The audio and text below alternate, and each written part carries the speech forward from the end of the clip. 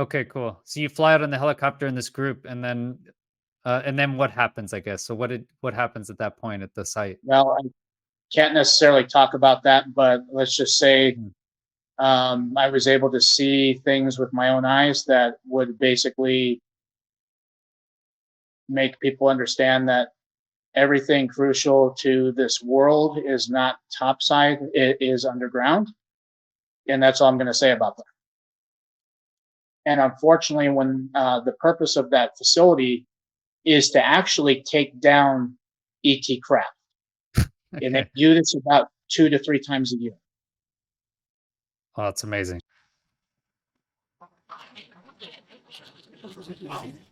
Chris Lehto, welcome to LehtoFiles. I told him that every single person I knew who knew about what he had seen had not lived to tell this story. Thank you and welcome to Michael Herrera.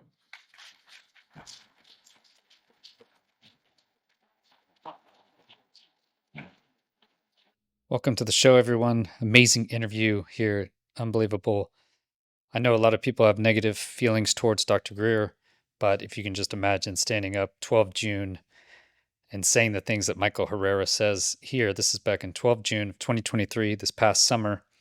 He gets linked with an insider who claims to be a high position, some sort of leader in this organization that actually captures UAP craft. They shoot him down. It's just an unbelievable story.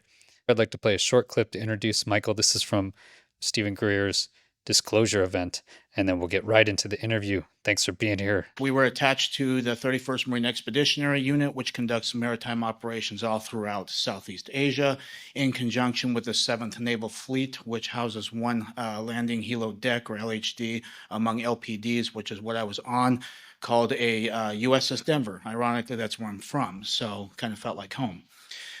Now, during that operation in Quezon in the Philippines, they had actually heard that a tsunami and earthquake hit the western part of Sumatra, which is western Indonesia, Padang City more specifically.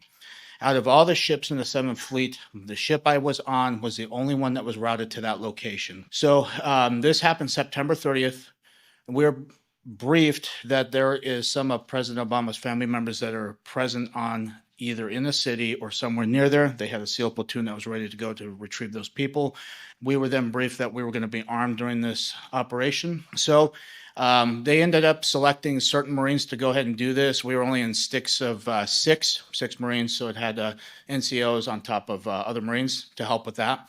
So we again boarded CH-53 Super Stallions, which are gigantic helicopters that are roughly 100 feet long. I love the design of them. It's my personal favorite. But we ended up boarding this on the ship, and we flew to the southwestern part of the city, which is Padang. We got off the bird, and what we were instructed to do at that point through the briefing was to push to a high ground at least to get better observation. We trekked up about 300 meters. When we got to this high point, I was taking video camera, and I had actually turned to the north, which just kind of slopes down. And right there was something that stuck out like a sore thumb, especially with jungle terrain, things like that. It's always going to be basically imprisoned in my mind for the rest of my life, and it has been for 14 years, was something that was rotating, and it was transitioning between colors like a light matte gray, as well as a dark matte black. So in between, that's what it kept, and it was very smooth. We had all looked at each other as we got online, and we decided to investigate. Once we got down this slope, we were approximately 150 meters away from this craft. Okay, welcome to LehtoFiles. I am here with Michael Herrera. Mike Herrera, he has an amazing story from Indonesia 2009, where he actually saw a very large UFO. And that is not the end of the story. So he has a new source, basically an insider source, releasing information that trusts Mike. And the story is just amazing. So thanks for your time, Mike. Thanks for being here. Hey, thank you for allowing me to come on. Okay, we were chatting a little bit before as, why are you speaking out? What's your goal in this? Well, I mean, obviously, with the illegal secrecy behind things that exist on this nature. I mean, if you were to ask me prior to my experience, whether that stuff actually existed, I would actually say that you're probably nuts. I didn't believe in any of that stuff. So I think it's more of a sense also to get people to understand that this stuff is very real. This stuff is very, very complicated, and it's very well woven into our government, into everyday life, so to speak, and as far as them trying to keep it secret. The other thing, as far as learning all of this, going through this journey too, is the world that we could potentially have if the technology was to have been mass produced to the public, instead of just keeping it for an illegal secret organization that all they do is use it for nefarious purposes and just to further their own agendas. There's a lot of breakthroughs that could happen, and that's not just transportation wise, but we're talking about medical, we're talking about the economy, we're talking about technology with power. Poverty would basically end overnight. So I think getting this information out is also pulling other people who've had experiences maybe similar to this. Also, the fact that people directly involved running these operations, so to speak, to also come forward to get them at least to talk to the right people. So I think what a lot of people in the back end are now starting to understand, and this is what I've been briefed with a lot of Senate Intelligence Committee, even some members of Special Intelligence Service who actually oversee all the letter agencies, is the compartmentalization of what they thought existed on their end is much more complex with these organizations. So getting this information into them, all of a sudden it's connecting all the dots. From my testimony, Grush's, many of the 40 to 50 plus other whistleblowers, all of our stuff is connected. There's stuff that I've exposed that's also making sense for other people of why this would happen or how it could happen, or what the examples that I've given, at least some of the documentation, which you're going to provide to some of the people, at least with this book, how that connects the dots on how these people are retrieved and how they ultimately reverse engineer the craft or even use the technology to begin with.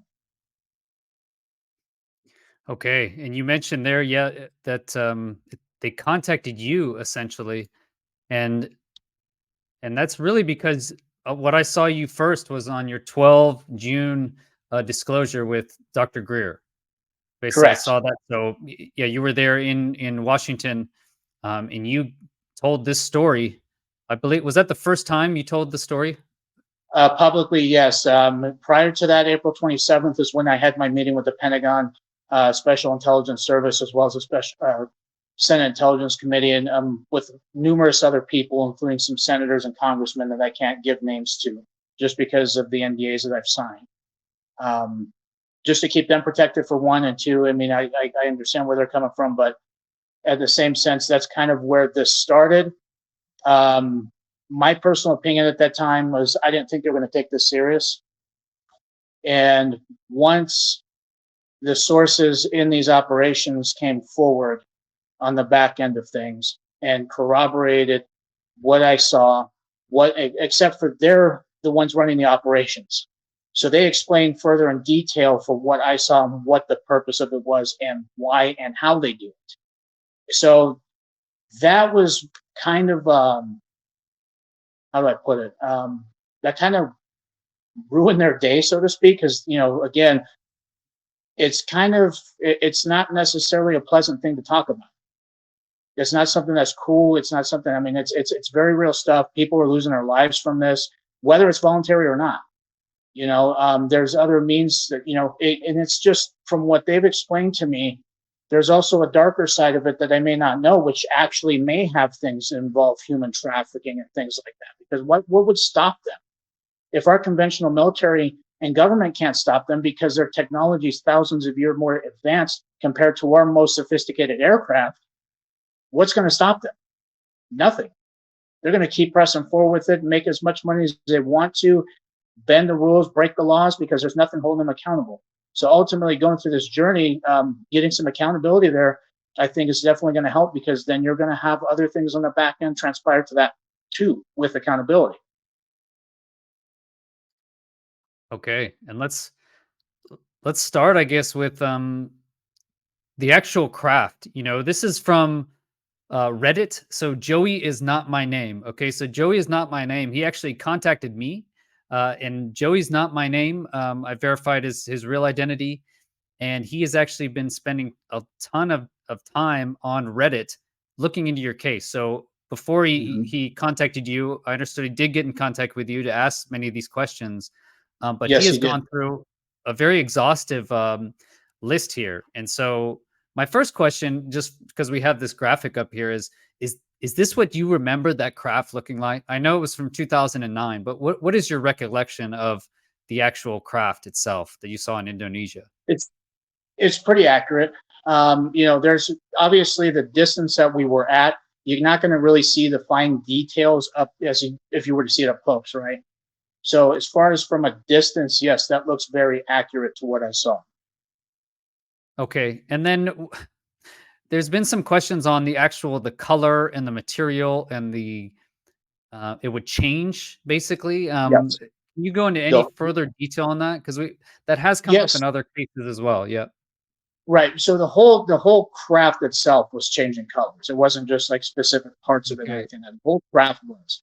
And it was going from a light matte gray to a dark matte black.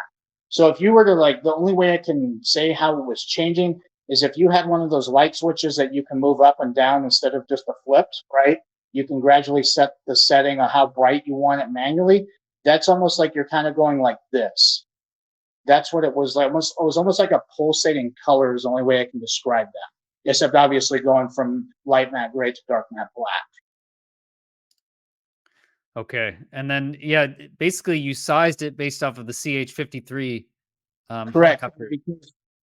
Because usually a CH-53E is going to be roughly 100 feet in length from nose to tail. And this thing, I mean, at the distance we were, I mean, you as a Marine, you get pretty good at judging distances just because of how to employ your weapon systems.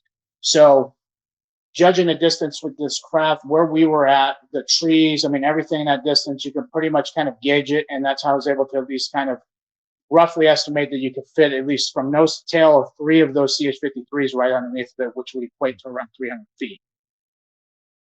Okay. And I've covered a lot of this on my channel before. You can, if anyone in the audience wants to watch that, it's called Black Ops. So there'll be a link in the description.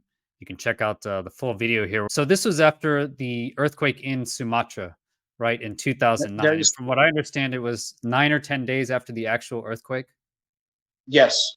So September timeframe is when the actual earthquake happened. I believe September 30th, if I'm not mistaken. And then obviously we were dealing with humanitarian assistance out in the Philippines originally first. And my ship was the only one that was rerouted to go to the western side of Padang City, at least on the western side of Indonesia, or what Sumatra would be. The city, at least where we were nearby, was Padang. So we were the only ship there, which was kind of odd. But I mean, it's the Navy, it's the Marine Corps. At that time, I wasn't, very well versed in how things work in the military. So it may have been odd to me, but to them, there's perfectly logical reasons why they'd only have one ship with 300 plus Marines, if that, and that's including the logistics support, all that kind of stuff, on top of the sailors and all the basically support assets they've got to lend us for doing any kind of assistance, whether it's security, maritime operations, you name it. And what was your mission there? Why were you sent there, and what did they tell you on this little mission you were going off on? So we were originally briefed in the officers' mess, the wardroom. They had talked about President Obama's family members being there. So there was a SEAL platoon that was going to engage in at least retrieving those people. But our original thing, because Indonesia is the second largest terrorist capital in the world, they do a lot of training out there. There's a lot of Muslim people that live out there. I mean, that's the demographic of religion out there, and not to say that all Muslims are bad, because that's what media tries to portray these days, trying to fearmonger.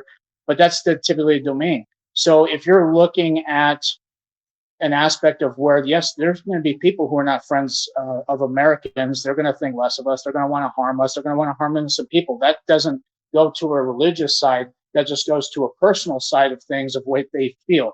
So because of that reason, every time there's a natural disaster in that area, the enemy likes to try to take over the area. They try to maim, kill, whatever it is that they do that is not good.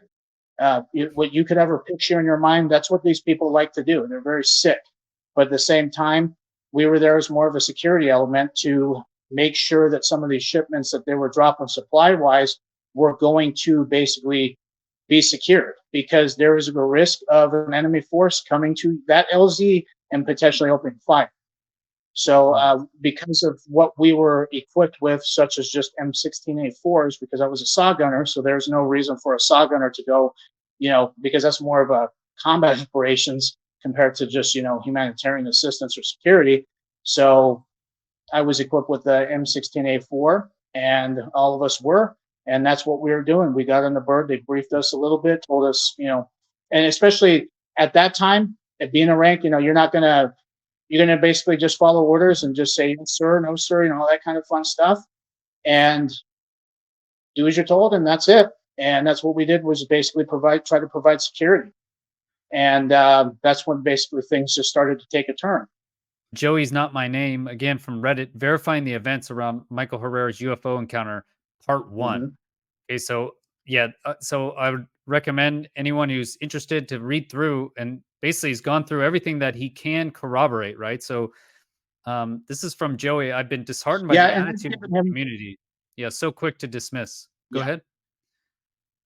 I mean, I'm thankful that he did what he has been doing, because he's been very helpful and even trying to get information for myself, at least to figure out, map reading. I mean, things like that, trying to figure out where this exactly happened. Because I mean, if I was a pilot or if I was somebody who had a map, I could probably point out where, but there's only certain things you can do with terrain association, not to mention, because this is 14 years later, they could have expanded. There's things that they've done to the city. That area may be, there's a lot of variables at play here. So when I went through my meeting with the Pentagon in April, one of the things that I asked them was, if you guys have the ability to look at map data from 2009 during those particular time frame, then that would have helped. And all I heard was crickets. They have not been able to get back to me on that. I've sent numerous emails to my contact in the Pentagon, and they have not sent me anything, not even an acknowledgement of, hey, we received your email, we'll get back to you. Nothing. And these are all, so he has in here all the verifiable facts, right? That basically you were on the Denver, he confirmed that. The USS Denver was there. It was in the area. Oh, so they decommissioned that ship, I think a couple years ago, as a matter of fact, and they actually sunk it. Oh, really? Okay. Yep. So one point he talked about was weapons. I guess he did interview other people in your platoon, and they don't remember having any weapons. No. How do you respond to that, I guess? Well, because a lot of them weren't on the team that I was on. I wasn't attached to my platoon per se, just because I was with mess duty, so they basically assigned sticks. So you weren't originally with who you would be with your chain of command. So there's a couple guys that were with me at that point who were also on mess duty that could attest to this too. But I'm not going to give any identities of who was with me, obviously, just because I'm trying to keep them safe. And they also don't want that information being released out. A lot of them weren't friends, or not friends, I should say, but they're not friendly to the idea, just because the fact of, there's a risk associated with. I mean, there's things that have happened to me even since talking about this kind of stuff, and it's been crazy. So I don't wish that on them. Some of these guys are still in the military to an extent. Some of these guys are doing things that are great. They got families. I just have a wife. That's about it. And obviously my dad and all that. But these guys have kids. A lot more to lose, so to speak. So I understand. Cool. Well, yeah. So I would, just for anyone who's interested or doesn't believe your accounts, I would recommend they go and check out this Reddit link verifying the events. Really, that many of the events around your 2009 Indonesia encounter can be verified and were verified. And so, thanks to Joey for doing that. Anyone that has further questions about the event can go check it out here. But I'd like to focus on this, which is just kind of an amazing story. You mentioned, since you made that disclosure at the disclosure event, at least publicly, 12 June, you mentioned these containers and the operations, etc.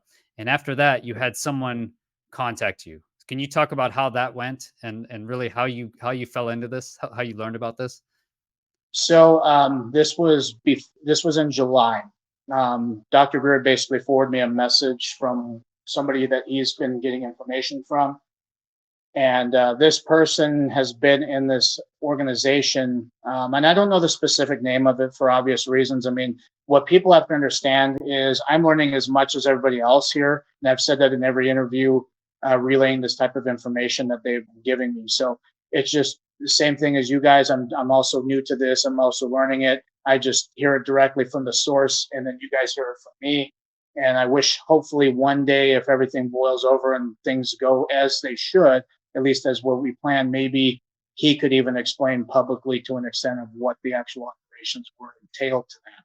So July timeframe, I received a message from Dr. Greer from giving me the contact information of this source. And it's a group of individuals that are in this organization. And all he told me was, here's his contact number. Go ahead and reach out to him. He wants to talk to you. So I sat on it for a day because that is something that I never expected to have happen. I thought I was just going to go to Washington, D.C. I thought I was going to do Dr. Greer's 2-day event. I thought I was going to do the National Press Club. And that was it. You know, they had to rely on some text messages from some of the Marines that were with me, which were, you know, the Senate Intelligence Committee has all that information as well as the Special Intelligence Service. So this individual had his information, and I kept all the what ifs started playing in my head. You know, kind of freaking me out, honestly. So I sat on it for about a day, and then I reached out to him the next morning.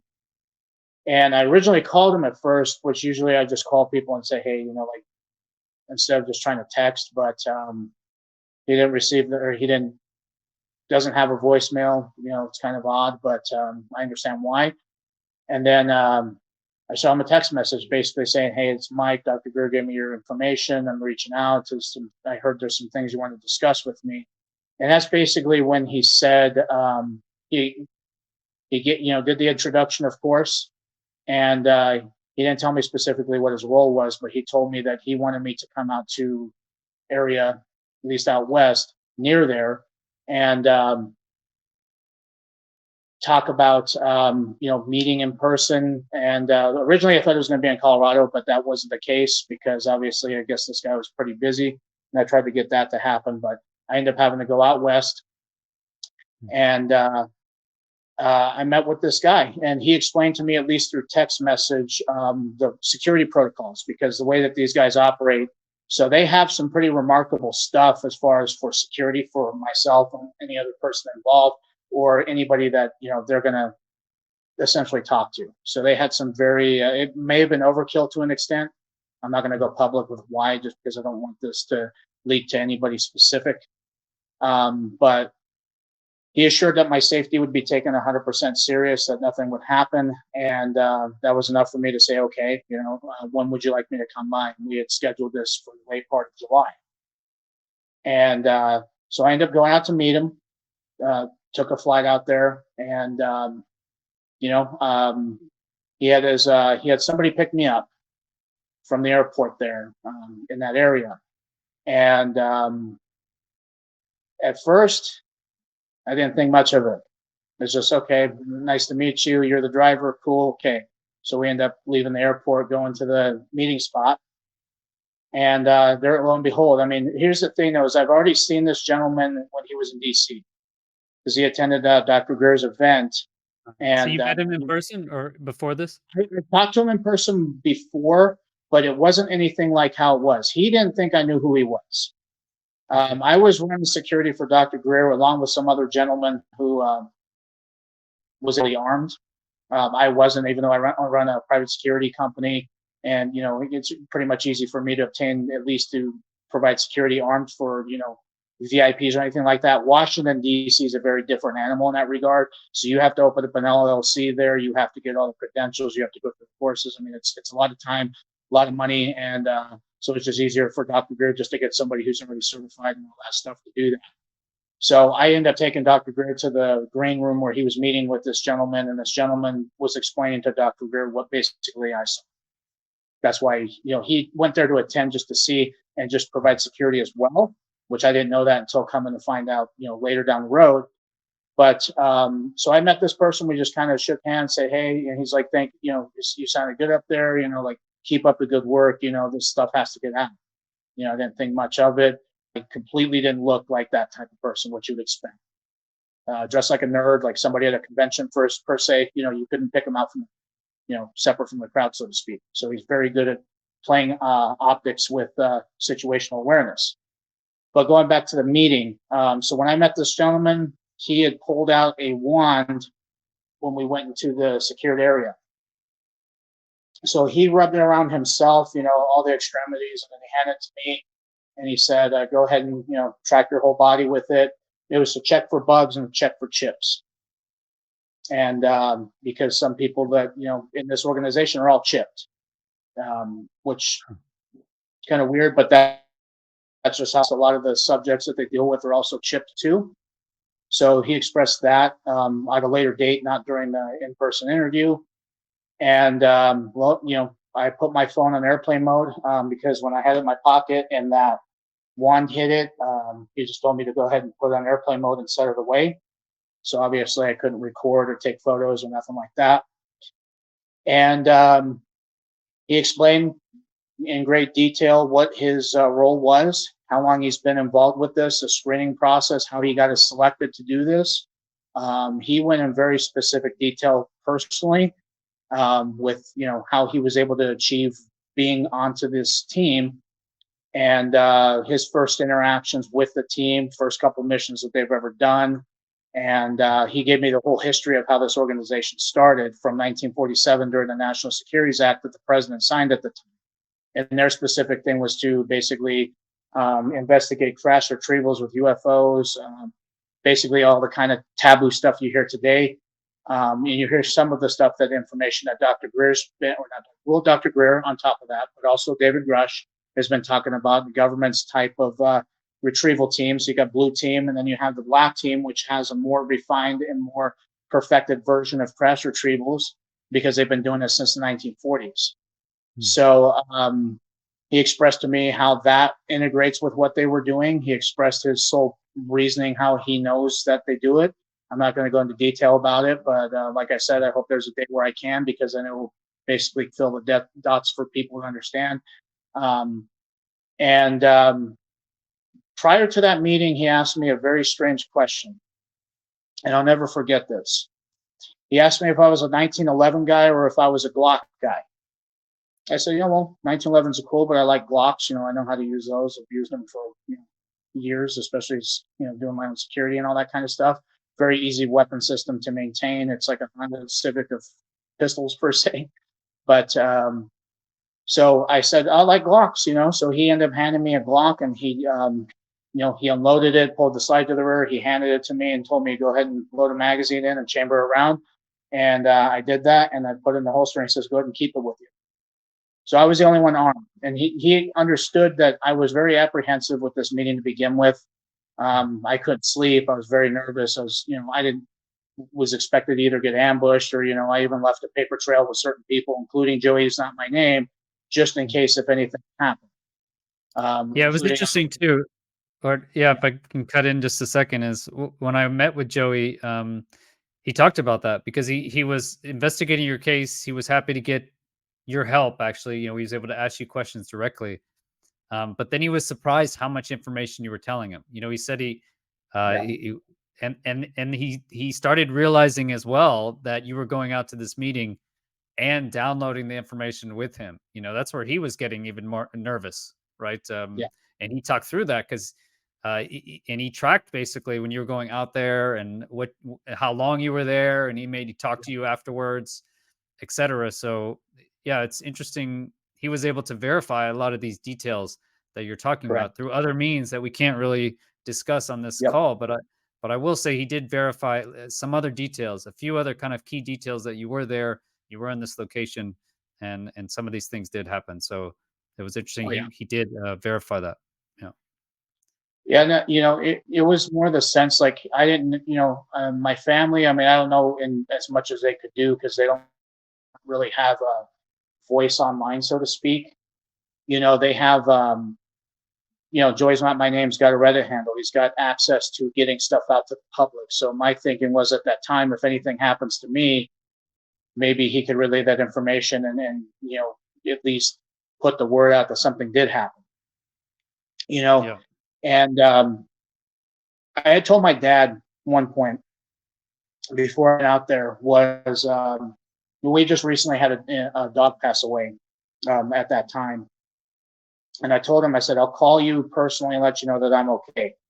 I said, but if I ask you the question of how Chester's doing, that is code for saying that everything's not okay and you need to get in touch with the people. I left him a list of names with some telephone numbers in the government to basically, tell them where I went. I gave him the information that they contact as far as the phone number and all that, just in case, because again, last interaction with these type of people is getting held up at gunpoint. It's not something I want to have happen again or worse. So my thinking is if I could leave a paper trail and just get people to know that, I'm going out to meet the horse's mouth per se. And one of the members of the Senate Intelligence Committee, I reached out to him and let him know. And he actually sent me a message that was pretty empowering. And he says, actually, I'm also working with that gentleman that you're meeting with. Okay. I was like, really? Because yes, he's supposed to, we're supposed to have an in-person meeting sometime soon, but he's been relaying information for me to understand what you've been dealing with on top of what his involvement is as well. So that made me feel really good because it was, okay, other people are talking to this guy. This guy's actually reaching out to people in the government, so I don't, at that point, it's like, okay, if he's only using me to do these kind of things, well, obviously he's not, because he's going behind the scenes and talking to some very key people, including Grush, for the matter of fact, too. So at that point, after he kind of briefed me on everything that I saw and what the purpose of it was and the explanation of it, he asked me, he's like, the next question I have for you, because we have time, he says, do you want to take a helicopter flight out somewhere? I said, sure. And I had kind of talked to Dr. Greer previous to this, he kind of gave me a little bit of intel about the situation, but not enough. And I think that was purposefully done because they wanted to see my reaction on how things were. But we ended up going to a black site. And this black site, which looks abandoned topside, that there's no activity, is genius on their part. But underneath the surface is a very, very, very different story. It's a very active spot in certain references. This particular site, they do a lot of scalar longitudinal weapon testing, or EMPs. This is a very advanced version, but they have different types. They have some that are so surgical that are very accurate, and then they have some that are kind of like a wave. And unfortunately, when the purpose of that facility is to actually take down ET craft. Okay. And they do this about 2 to 3 times a year. Oh, that's amazing. Okay, well, wait, that was way too fast. Okay, so you basically get briefed, right? He briefs you on the historic how the program started. Can you give any more details on that? Is it you mentioned 1947, the National Security Act. Yep. Yeah, can you go through any more details that you remember on what he briefed? Yeah. Yeah, this particular group was started more the means of in conjunction with the Air Force. That was kind of their thing. And the person who originally started this group ended up being a very high up in the Air Force, as a matter of fact. And he told me his name. I don't remember this individual's name who created this group, but it was very integrated. While they had special operations doing other things for conventional military, they had another team of special operations that was designated for the press retrieval aspect of it, research and development, things like that. So while the government is handling stuff that goes towards more war and specifically with defense, this other group's purpose was just basically to research and develop and come to an understanding of where these beings come from, if that, or the kind of technology that they have. So, and that throughout the years, because you have so changing of the guard, if you will, because you have, elected officials, they run their cycle and they're retired or they end up passing away because they're from old age. Throughout the years, the knowledge of this organization started to dwindle down. And as a matter of fact, one of the key people that was actually got wind of this organization was Bill Clinton. And Bill Clinton knew that this operation was going on. He wanted more intel on that because he has had other sources at least come to him and tell him some pretty crazy claims. So he wanted to get to the bottom of it, and then he was waved off. So and I can't go into specifics with what they ended up wanting to do because then would lead back to what these guys are doing present day. But long story short, because changing of the guard, now all of a sudden you have a group that's out there that has some of the most cutting edge technology that humanity could benefit from that anybody will ever see. To them, it's like a normal day of work. He talks about even today when I sent him some messages, he thinks transportation is boring, and he's been, his involvement with it is just because it's a normal everyday thing for him. It's just like, that's just it. For us outside of that, it's like, wow, like how can you not be amazed by this? But this guy's been in this group since very long time, since the 90s. So he's seen quite a bit. And granted, there's things that he even doesn't know to an extent because everything is still compartmentalized. It doesn't matter how senior you are in this organization. There's some stuff outside that aspect that you're not going to know about. So everything that he's involved with, he's told me personally what he does and how he does it and what his role is, and it makes perfect sense and how he would have firsthand account with these craft anyway. But the thing with him, on listening to how he told me how he can't differentiate between our stuff, man-made, and ET. That's kind of it's unbelievable. So it means that our stuff that we have is very advanced enough to actually be considered that advanced enough to even replicate ET technology more perfectly than even what I saw in 2009. He's talked about cloaking devices that some of these craft have that some of them look more advanced than even some of the ET craft that they've retrieved. So if that gives anybody an idea, and granted, I understand how crazy this all sounds, because if I was not in my shoes, I would absolutely say that this is insane. And it is. I'm not going to disagree with that. It's a very hard pill for me to swallow. And subsequently to the meeting, I couldn't sleep for about a week.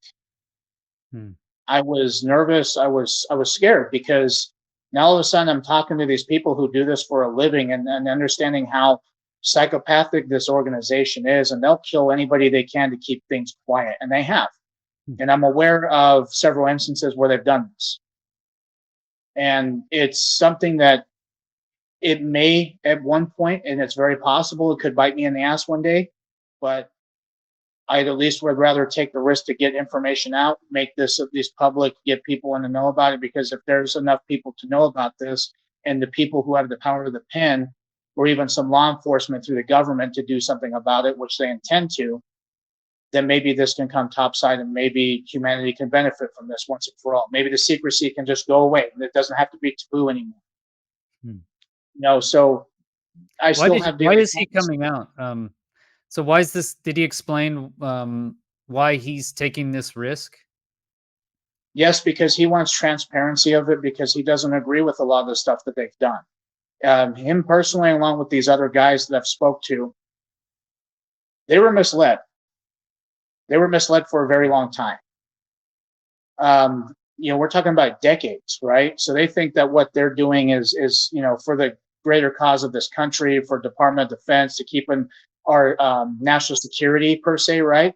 But when you're going and doing things like shooting down ET craft or doing other things that are illegal stuff, to my knowledge, at least, I know he probably has partaken in things like that, but just because he has to and he has no choice. But at the same time, he wants oversight. A lot of these guys want oversight, but more importantly, these guys want out.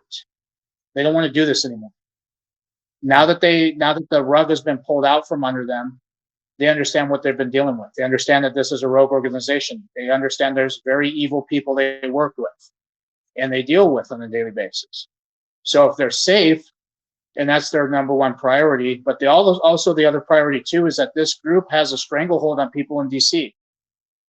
And I found this out through the source, among other instances that he's briefed me in detail, which I will not go into because I can't.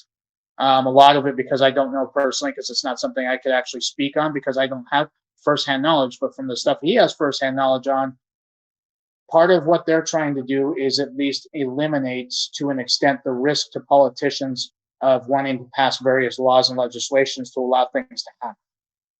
And a lot of these guys are scared because when they started basically peeling this onion, so to speak, they started understanding how risky this is, how scary it is, the fact that you have people in positions of power that are being told no by groups that essentially would have to listen to them, but they don't.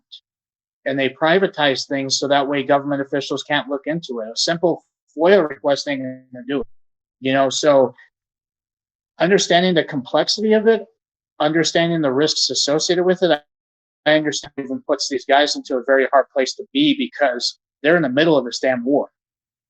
They're in the war of with their livelihood, their livelihoods, with their families, with everything like that. And now all of a sudden you have politicians that kind of feel the same way. And now when you start having people kind of meeting at a certain point because they're dealing with the same thing, that's when people start meeting and talking of how to develop plans. And that's what's going on currently as we speak. A lot of it I don't know personally, but the stuff that I do know, I was advised and pretty much signed not to tell, just because it violates OPSEC, so to speak. Okay, so let's go back. Let's go back. You're basically you're in the meeting conference room. He says you want to go in a helicopter. He's giving you the Glock. Do you know his position in the organization? Do you know what he does at this time? I do, and I can't say, but I do. Okay, so you can't say. But is he high up, I guess, or is he? Yes, he is. Been there Very, many decades. yes, he's very senior, very, very high up there. Okay, excellent. So you're back. You go into the hell. So you mentioned the helicopter and then the black site. So what actually happened? You get in the helicopter and you fly out to this black site. Is he flying? Yes. Okay. So there's And is people it- there that are flying. There's people there that are flying. Yeah. I mean, it's not just it's a group of us. It's not just one. Okay, cool. So you fly out on the helicopter in this group, and then what happens? I guess. So what happens at that point at the site? Well, I can't necessarily talk about that, but let's just say I was able to see things with my own eyes that would basically make people understand that everything crucial to this world is not topside, it is underground. And that's all I'm going to say about that. Wow. Okay. Person. So it's an underground base, I guess, is what I can assume. And no comment. Okay. All right. Well, you saw things at this base that convinced you. So you saw with your own eyes things that convinced you that this is all real. No comment. Okay. All right. But do you think it's real, I guess? What is your take? Yeah. Do you have any what's your confidence level in this man and his stories? Well, beforehand, I mean, because like I said, anybody could be anybody, but with the knowledge I've learned that day, it completely changed my life. That's all I can say for right now. At a later point, when all this comes topside, hopefully it does, then if I'm given the green light to talk about it, then I more than will be happy to talk about it, because I think people should understand that the severity of this, but I think people should understand that what's being kept under everybody's eyes and the secrecy behind all of this. I mean, I think everybody's entitled to a better planet and better resources.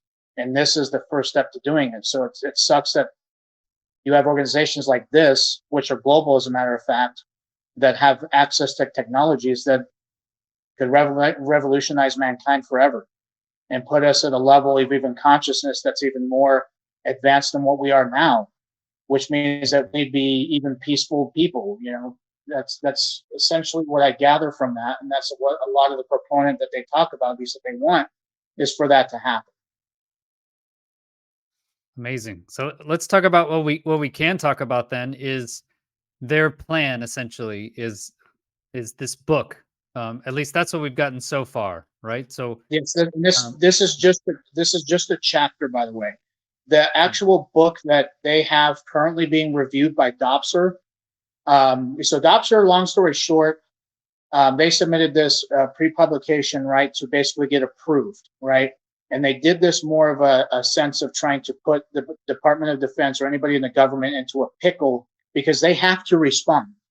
Now, the way that they respond to this is going to tell these guys everything that they need to know. Who's involved, or it's going to tell them if they're compromised. It's going to tell them if they don't know anything. It's going to tell them if they redact certain things that yes, it's true.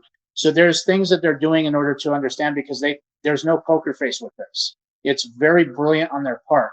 So this is just what they handed me, which I've given to you, and Joey's Not My Name also has its copy too. And they have different variations, as a matter of fact, because the copy they released to me has a little bit of subtle differences compared to some other copies like they've given to Dr. Greer, for example. They have subtle differences. It's still the same thing, just words changed a little bit, and the name of the character in that story is not the same as what's in this one. So they did that because they want to track who's released it, and they want to see how far it goes for each copy. So it tells them how much of it's being circulated. So in this book, this takes place in 2004.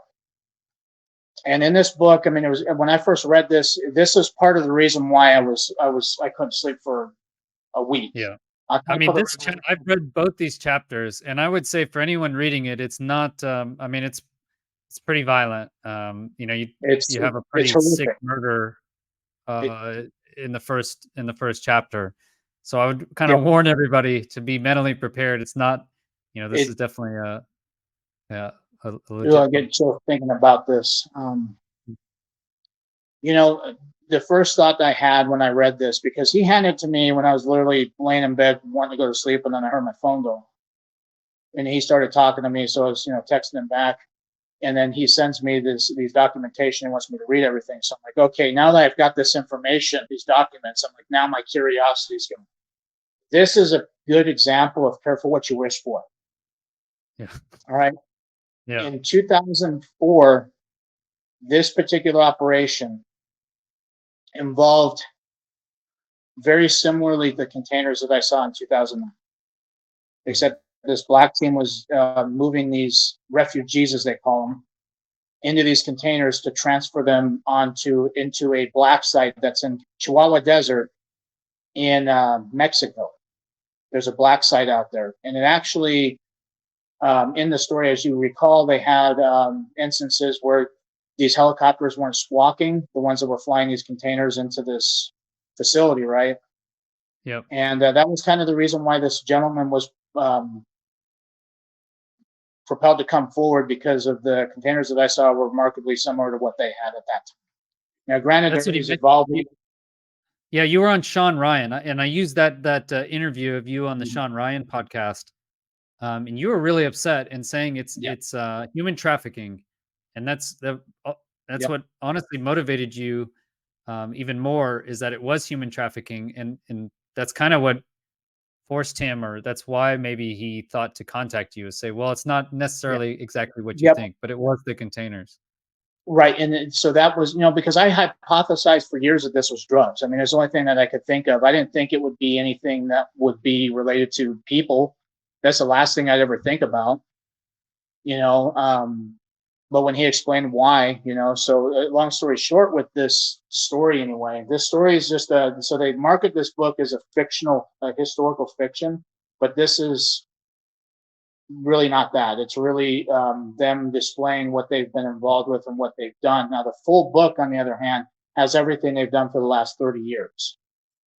Okay. So when that full book comes out, then that's going to be released accordingly to when, at least however they see fit. I got to wait for that, just like everybody else who's already read this part. So I have to wait for that too. But in this particular story, one, they had somebody who was a member of Joint Special Operations Command who was escorting some of these refugees. And some member of these black teams, there's 3 guys that came up upon him. right? They knew everything about him. They called him by his first name. They knew They knew everything. all the codes. Yeah, that was the big thing for me. So Alex, he's out there. He's bringing these 24 women and children, refugees they called, and that's when he's basically ambushed. But they know Yeah, everything about him by these helicopters and these three men. They end up murdering him. But they know his codes. They know all the code words because you will do some verification. yeah, Anytime you contact someone on a radio in the military, you're going to do some sort of code word verification. Often we'd carry like a little grid of letters and numbers, yeah, right? Random grids. Forget what yeah. they call. But if you have a chance to brief with the people, so you're doing the briefing with them, then you can make up your own code words. So that was interesting. In this story, there's little details like that because they had made up a code word, kind of like you mentioned there, where you're gonna tell your dad, how is Chester. They had a code word in this, and yeah, the enemy or these guys knew the code word, and they basically just tied him up and shot him. Yeah. um, but what's interesting there, you talk about this whole special missions unit getting taken out, and then chapter 2 is them at the Joint Special Operations Command. So Correct. effectively, what has happened is their team, so their special missions unit team for Joint Special Operations was taken out by this rogue team. So a rogue team essentially stole these refugees with these containers, put them in, carried the containers by helicopter. So that would also be why you would use the containers, is that you can move people around quickly. And then they use some pretty interesting technology here. So just I took notes. So it was an inside job. They have really good helmets and good comm gear, but otherwise it's all mismatched equipment. It's kind of reminded me of your story in Indonesia. Basically, when you were ambushed by very effective, super experienced, middle-aged men in black ops, at least equipment that you didn't recognize readily. You recognized a lot of it, I guess, but it's kind of a mismatch of equipment. But they also had advanced helmets, comm gear, and interesting, I noticed, was advanced aiming reticles and augmented laser rangefinders. I thought that was quite interesting. Mhm. Um, the other thing I'll just write down, they also said they checked the guy out. This is in the story. They checked him out with a small box with a loop antenna, kind of what you just mentioned, where they had some Yeah, sort of wand that went over him, over his whole it's the body, same one. which over his head as well. I Yeah, thought was interesting. And then they say, yeah, he doesn't have it. So let's go with plan B. That's where they kill him, I guess. They put the yeah. refugees in a modified shipping container. And that's where the HVAC unit comes in. So you had mentioned when you saw the containers, it had this HVAC on it. And that's why you thought it was human trafficking and not weapons, I guess, if that's Those correct. drugs is what I originally Oh, thought, you like thought it was vacuum. drugs. You know, Oh, to keep it like humidified, I guess, so yeah, that drugs don't, get ruined or something. And then that's when the man came and contacted you and said, "Hey, actually, it's not drugs, it's people." And then yep. that's when you went on the Sean Ryan show and were and seemed really angry about this. I was, and Yeah, I still am, yeah, to an extent. I mean, I have further understanding of why they do what they do, and the first thing I want to tell people, and this may be a first time for a lot of people because I've already done some interviews where I've explained this. It's still people, the element of human, right? Because coming to find out, these black team operators are not at a consciousness level that is superior enough to have access to this advanced technology, what they call AT or ET technology. So because they can't operate this stuff by themselves, means that they have to have something else do it for them. Well, that something else to do it for them is going to be these guys who are what they call psionics or P3 assets to begin with. P3 stands for psionic predisposition potential, or they dub it P3. And this is a screening program that they use to screen certain people throughout the world at a genetic level, from what I understand, that are borderline psychic. And they have the ability to, with help of the black team, with the drugs that they administer with them to boost their consciousness even higher, that they can access this technology pretty easy. So if you think about it this way, option A is going to be a black team member. Option B is going to be a psionic asset Option C is going to be the advanced tech or ET tech. So black team uses a device that hooks and interfaces with the P3 asset, and then that P3 asset goes and hooks up to that advanced ET technology. From that, what it basically does is they can pilot the stuff. They can. They also are engineers with this too. There's an integration with scientists, and this goes all the way back to Operation Paperclip, as a matter of fact, where they pull the brightest minds from Germany, even people who are developing the cutting edge technology that, they talk about the saucer, or the Glock, as they call it, or even the saucer that they built. A lot of those scientists end up getting tapped from the black team, and that's how they started doing this R&D program. But the difference is when they started getting in contact with actual non-human intelligence in their crafts, and they started shooting them down, there was basically a mismatch. There was a missing link, if you will. Well, when they figured out that these people exist on Earth that can relatively accommodate them, then that's basically how they solved that problem. So what I actually witnessed in 2009 was not a drug smuggling operation. It was a recruitment program that they were utilizing, scooping people up from that area. And it could be other areas throughout the world, because they look for third world countries. And the reason being is because if they take somebody who's not used to the lifestyle of being a P3 asset, where you have everything provided for you, this includes their families, even if they're children, their children get educations, they get free medical, they get housing, they get food, they get clean water, they have everything that they could ever need provided for them. The way I was briefed about this, it's almost like the United States going to third world countries to look for cheaper means of manufacturing, right? Or they pulling, so if they can make more money in the United States, which means it would cost more money manufacturing, then they go to third world countries for a cheaper labor source, if you will. So they do the same thing. Holy shit balls. I'm in that interview. Yeah, I've known about this for several weeks, and just, it kind of affects, what you think about your worldview. Like he said, when he went to that Black Ops, that's what changed his life.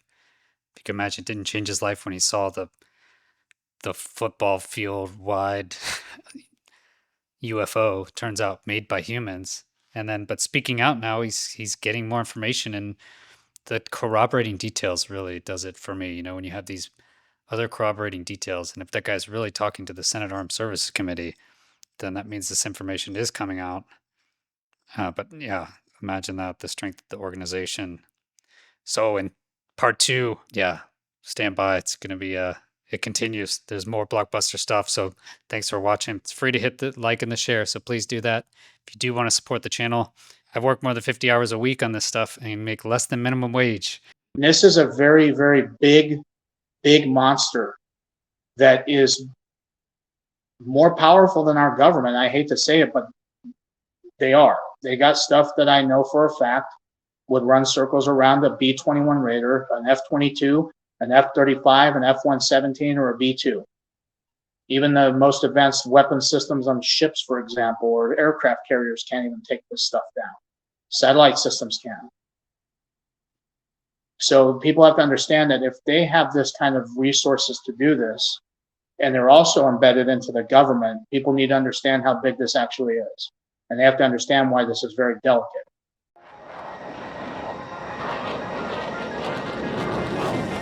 Chris Lehto, welcome to LehtoFiles.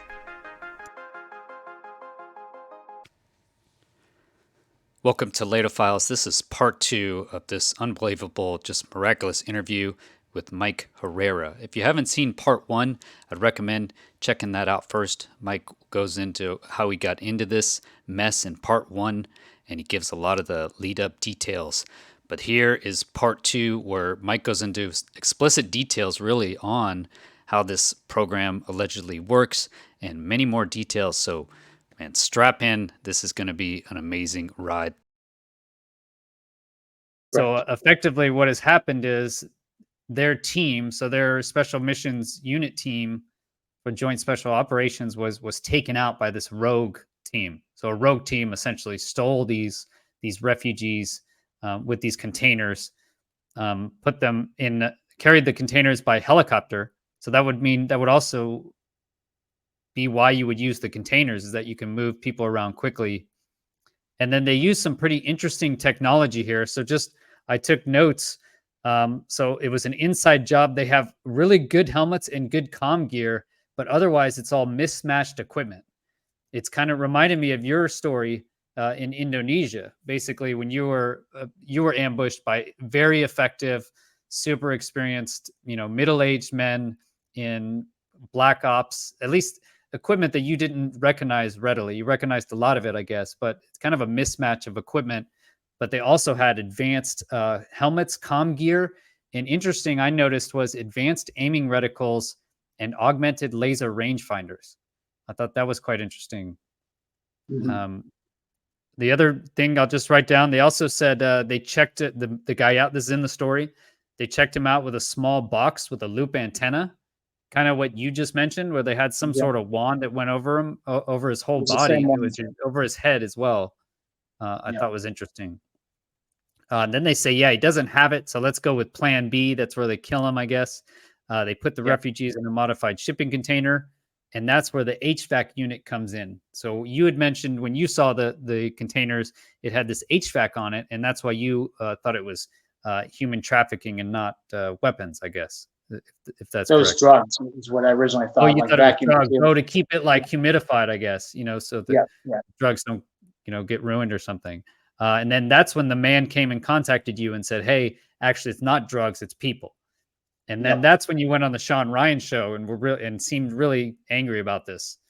I was, and Yeah, I still am, yeah, to an extent. I mean, I have further understanding on why they do what they do, and the first thing I want to tell people, and this may be a first time for a lot of people because I've already done some interviews where I've explained this. It's still people, the element of human, right? Because coming to find out, these black team operators are not at a consciousness level that is superior enough to have access to this advanced technology, what they call AT or ET technology. So because they can't operate this stuff by themselves, means that they have to have something else do it for them. Well, that something else to do it for them is going to be these guys who are what they call psionics or P3 assets to begin with. P3 stands for psionic predisposition potential, or they dub it P3. And this is a screening program that they use to screen certain people throughout the world at a genetic level, from what I understand, that are borderline psychic. And they have the ability to, with help of the black team, with the drugs that they administer with them to boost their consciousness even higher, that they can access this technology pretty easy. So if you think about it this way, option A is going to be a black team member. Option B is going to be a psionic asset. Option C is going to be the advanced tech or ET tech. So black team uses a device that hooks and interfaces with the P3 asset, and then that P3 asset goes and hooks up to that advanced ET technology. From that, what it basically does is they can pilot the stuff. They can. They also are engineers with this too. There's an integration with scientists, and this goes all the way back to Operation Paperclip, as a matter of fact, where they pull the brightest minds from Germany, even people who are developing the cutting edge technology that, they talk about the saucer, or the Glock, as they call it, or even the saucer that they built. A lot of those scientists end up getting tapped from the black team, and that's how they started doing this R&D program. But the difference is when they started getting in contact with actual non-human intelligence in their crafts, and they started shooting them down, there was basically a mismatch. There was a missing link, if you will.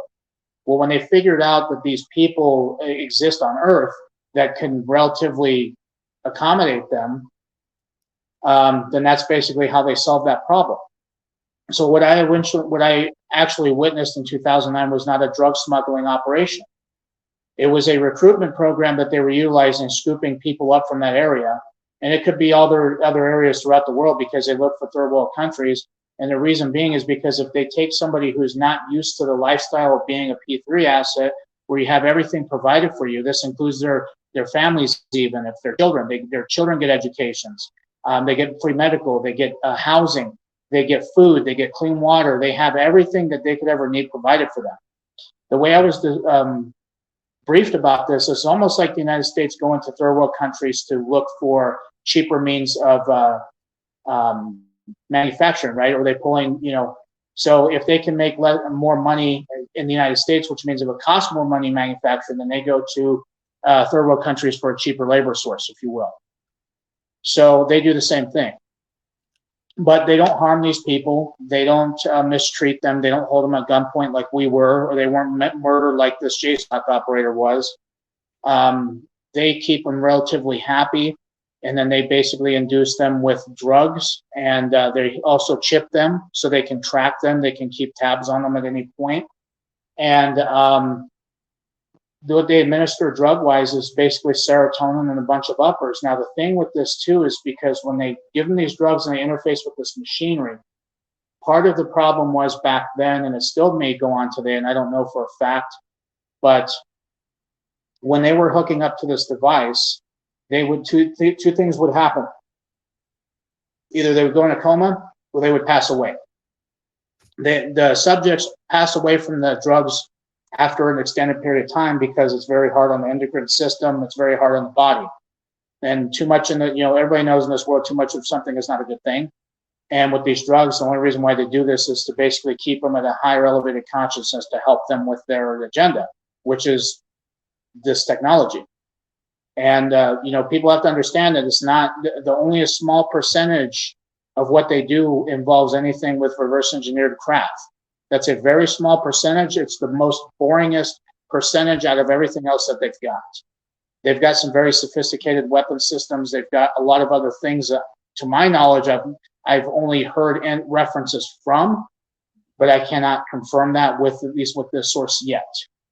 So these people are kept at these facilities. They have a breeding program. I know only a little bit about that, but come to find out, the person that picked me up from the airport, if people track what I said earlier, was one of the byproducts of that program. It's a breeding program, you said? Yes. So use the analogy, and this is what he told me. He says that it takes 1,000 horses to breed the most perfect horse to run at a derby or something, the fastest horse that has the best. I don't know anything about horses per se, but, I understand that, you have to mingle and breed the best options, and then they filter down and keep doing the same thing until you end up getting the most perfected versions at some point. They've been doing this with humans. So everybody thinks that they're trying to do stuff with ET integration. I don't know anything about that. I don't personally believe it unless I see it for myself, of course, and it could be possible. But from what I was told, that these people are bred, and they're also bred to basically work in these facilities, because everybody asked the question, including myself, why don't the janitors, why doesn't the facilities maintenance guys, why don't the cooks ever come forward and talk about this? Well, it's because they're in with this.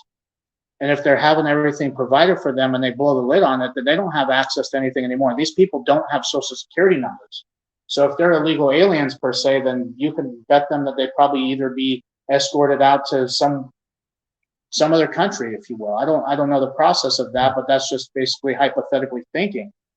But they don't come forward because they're comfortable with what they're doing. And what he explained to me when I first met him is that if you were to liberate any of these people in these bases and installations and black sites, that you would be liberating people who don't want to be liberated. They don't want to come topside. They don't want to come out to the public. They like what they're doing. They feel good about it. They're taken care of. Everything else to them is just kind of boring in retrospect, Some of these people, I guess, do come out to the outside world, but I have no idea the specifics of that. That's only speculation. But this particular gentleman who picked me up was a byproduct of that. And I don't know if they used him as a sense to try to screen me per se, or try to gauge who I was, or whatever because it's not like they're just going to sit here and act like everything's good. I mean, there's a reason why they had this guy pick me up. This guy was very smart. This guy was very, very, very intelligent, very, very good guy. He was different.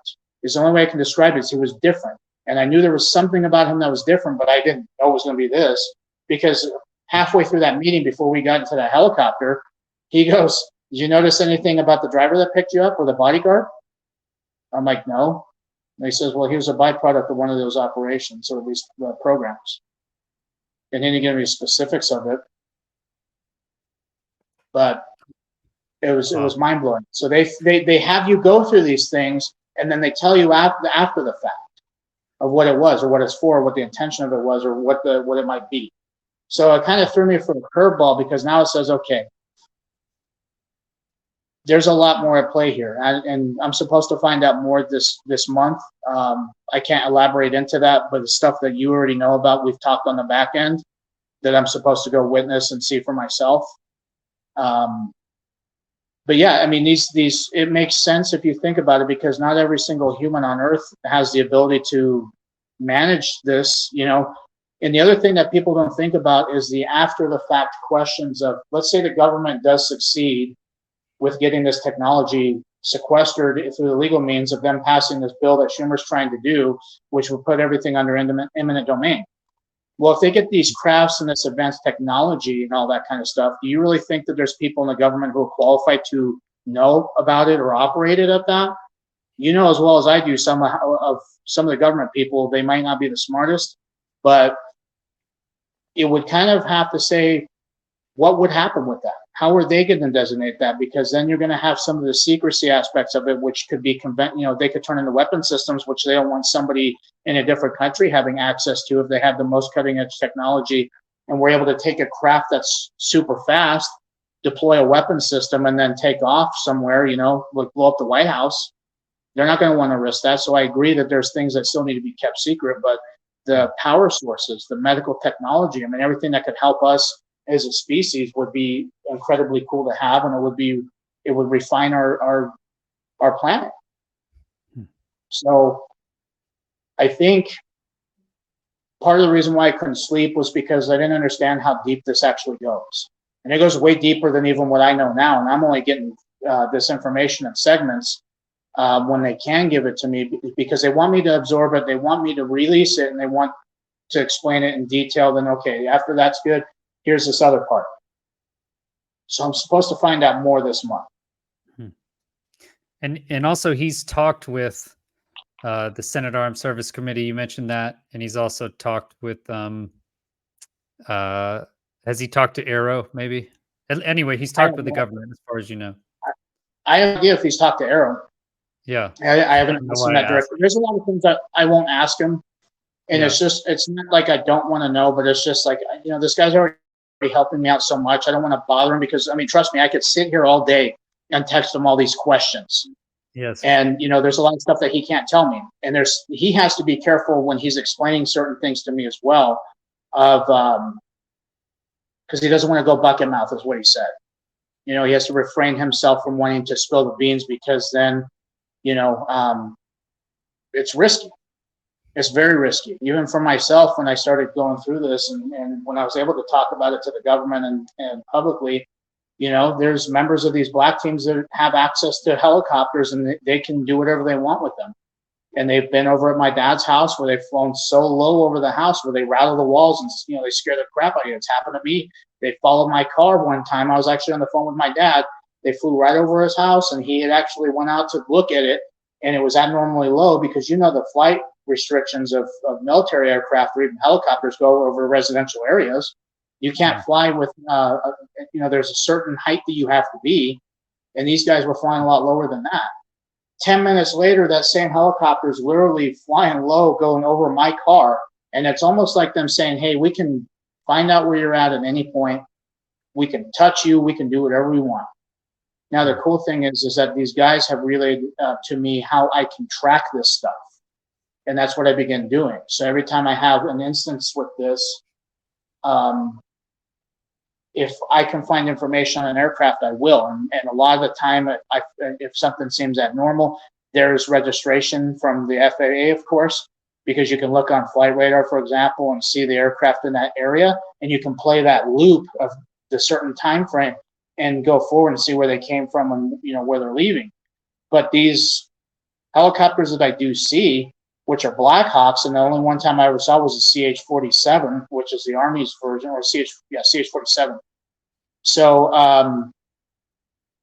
that was the only dual rotor one that I saw, but most of the time it's a UH-60 Blackhawk, and they don't squawk. There's nothing that's signifying that they're military or nothing.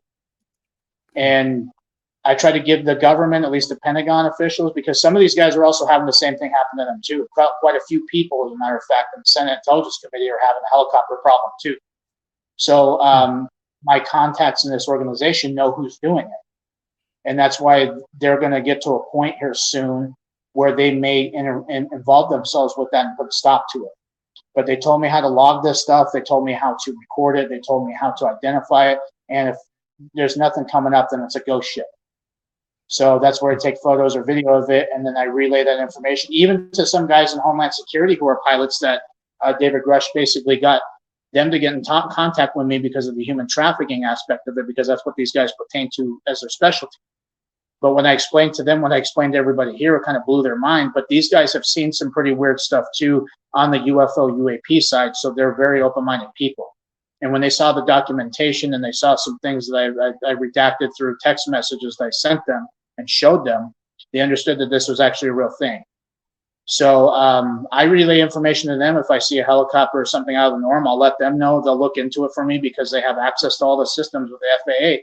And if something doesn't come up, then that's when they can proceed on it. And so far I haven't heard anything, but it's good to have resources like that just to keep everybody safe and just know what I'm getting into. And I'm thankful it's been minor, but who's to know, there could be something else down the road that happens. But that's why I just have to basically keep my head on a swivel. That's the only way I can do it.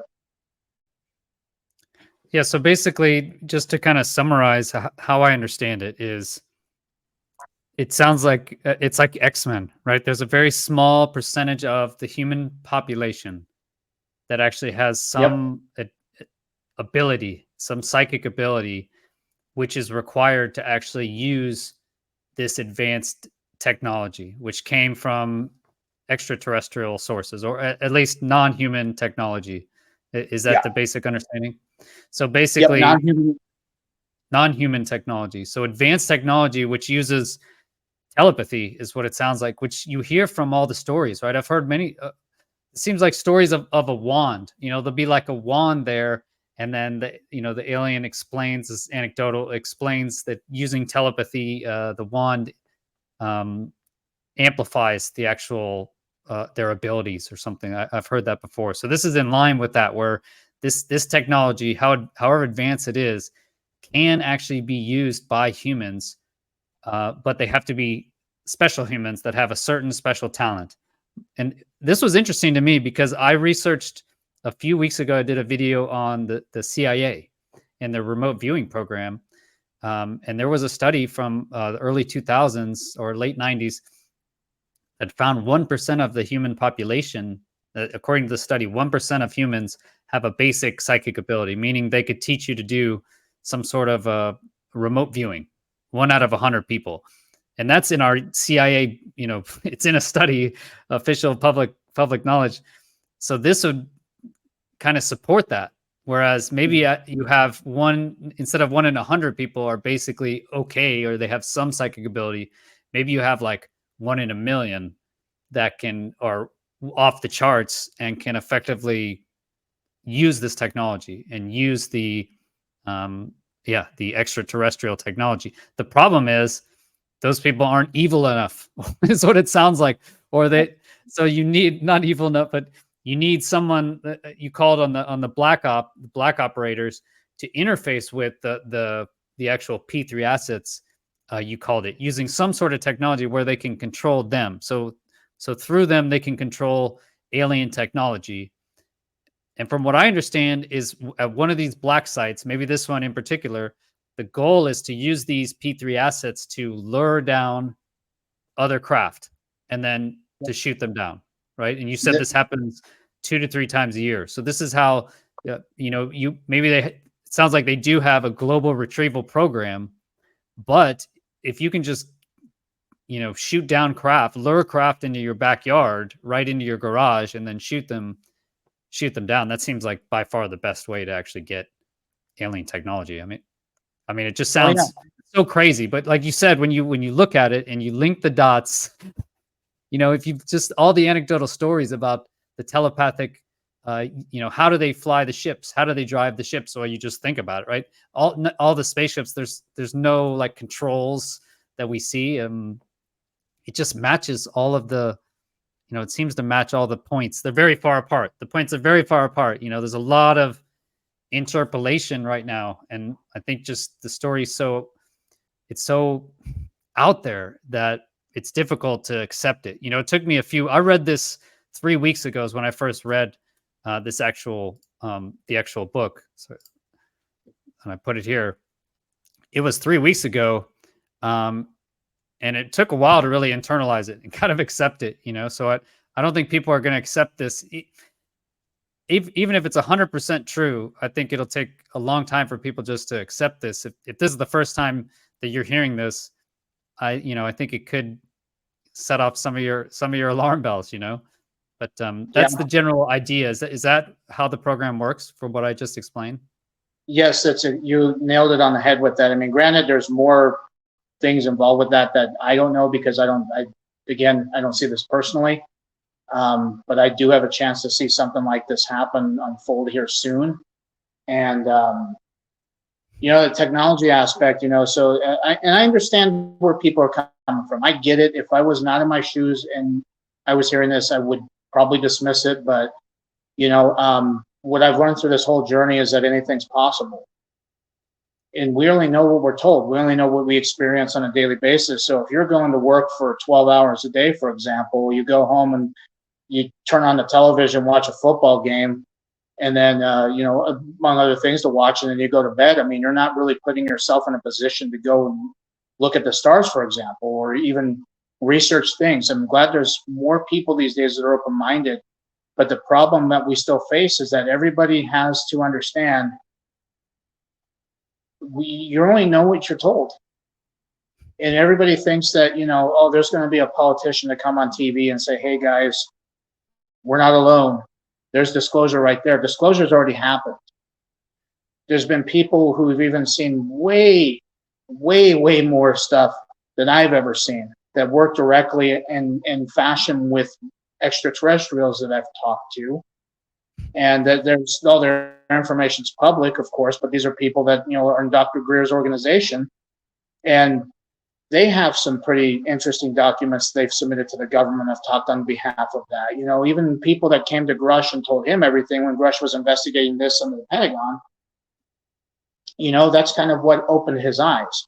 And one of the questions that I asked these insiders, I said, what was the first thought that went to your mind when you saw this unfold personally? And what he explained to me was, it confirmed that there was an afterlife to an extent, that there's more to what they know, but it shows that there's a lot of spiritual stuff involved, which reassured him. So maybe when I get to see a lot of this stuff more in person, he can probably elaborate on that, or maybe I even interpret that with what I will see coming up soon. And the reason why they're doing this for me is because they don't want me to take their word for it anymore. They want me to experience a lot of this stuff firsthand so I can make up my own mind about it and I can tell my own account about it. More like a verifiable source, like they're using me as a verification source, but at the same time, I'm using them as a verification source too. So it's going hand in hand.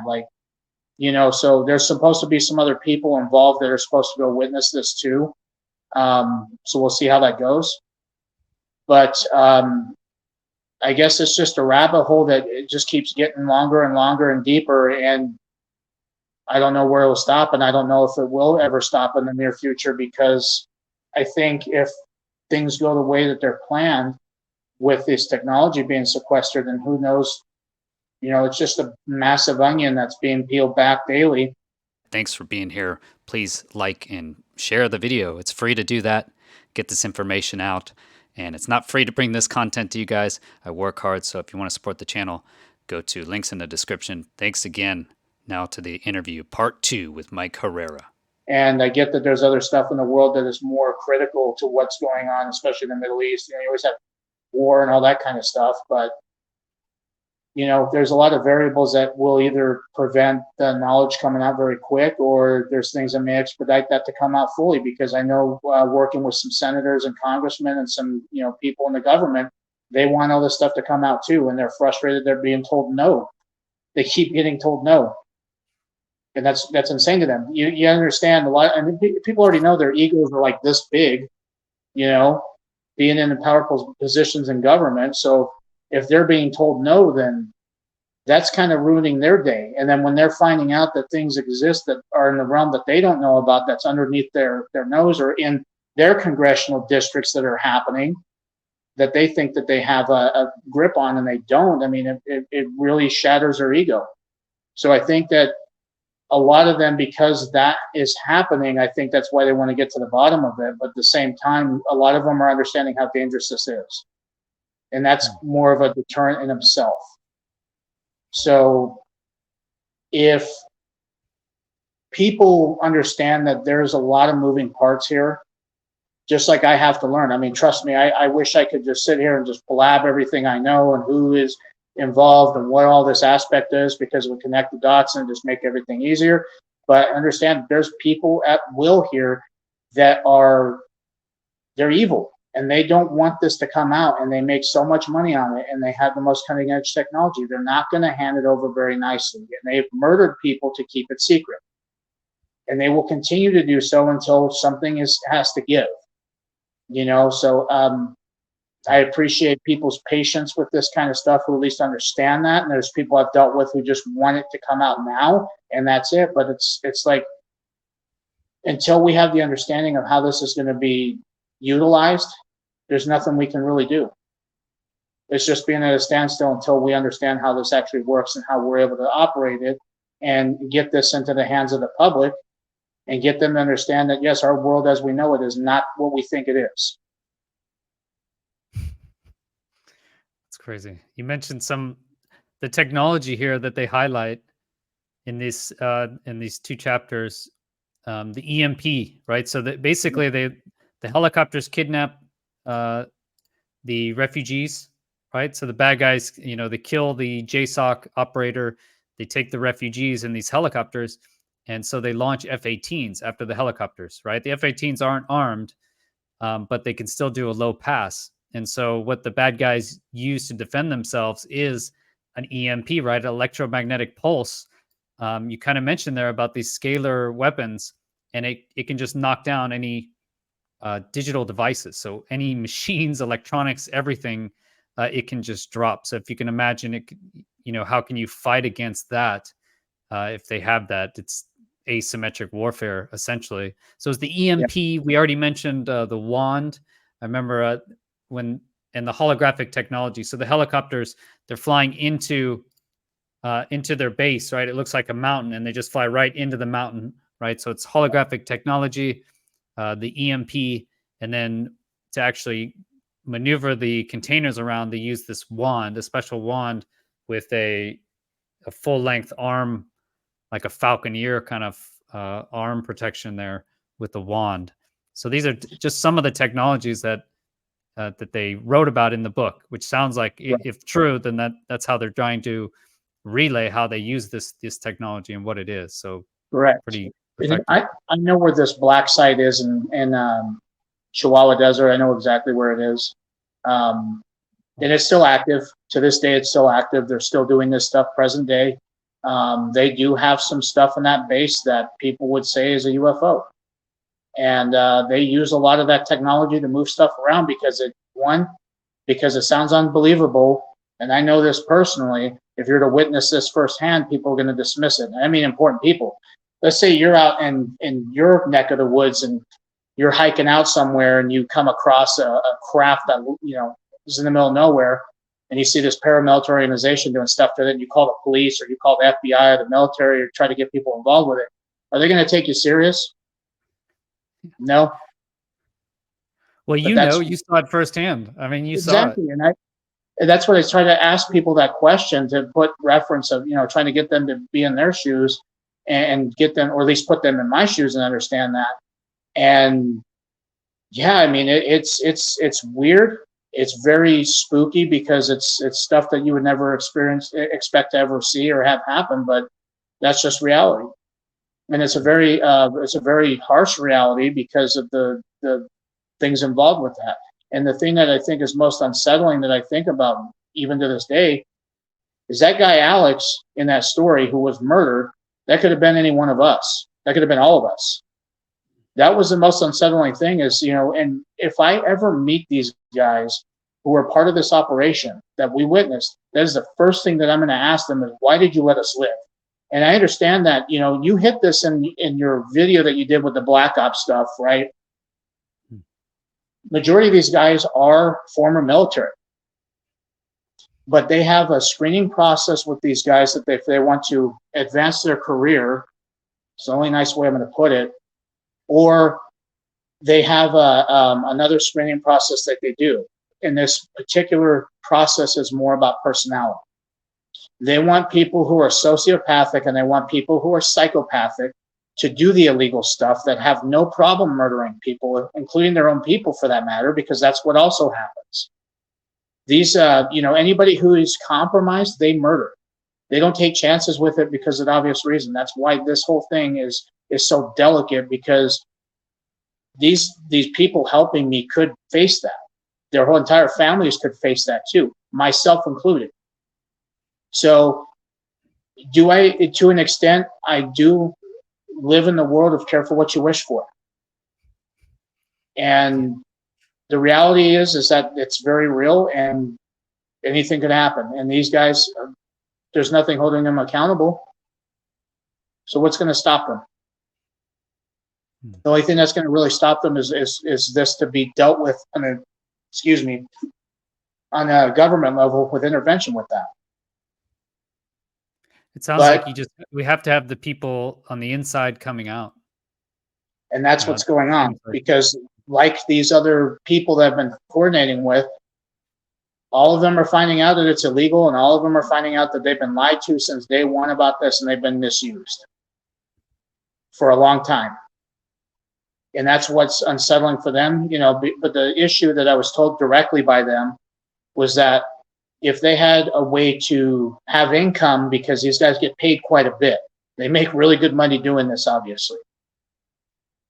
If they were to have a sustainable income that was to not necessarily match, but enough to take care of what they have, then they would be able to do that, get at least witness protection, if you will, something to that measure.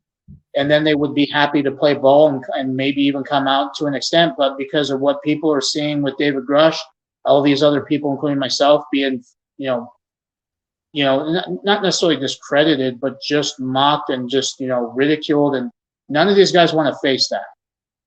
They don't want to face that. They don't want to face the public. None of them want to be this public sensation of disclosure. They just want this stuff to come out. They just want the government to do something about it. And if these guys can go into a different profession or have like funds given to them to where they could leave that organization, then they'd be all for it. And that's kind of the dilemma. So until that happens, then we're going to have the issue of them having to play, cloak and dagger, so to speak, until this can get resolved. And unfortunately, I don't know how long that's going to be.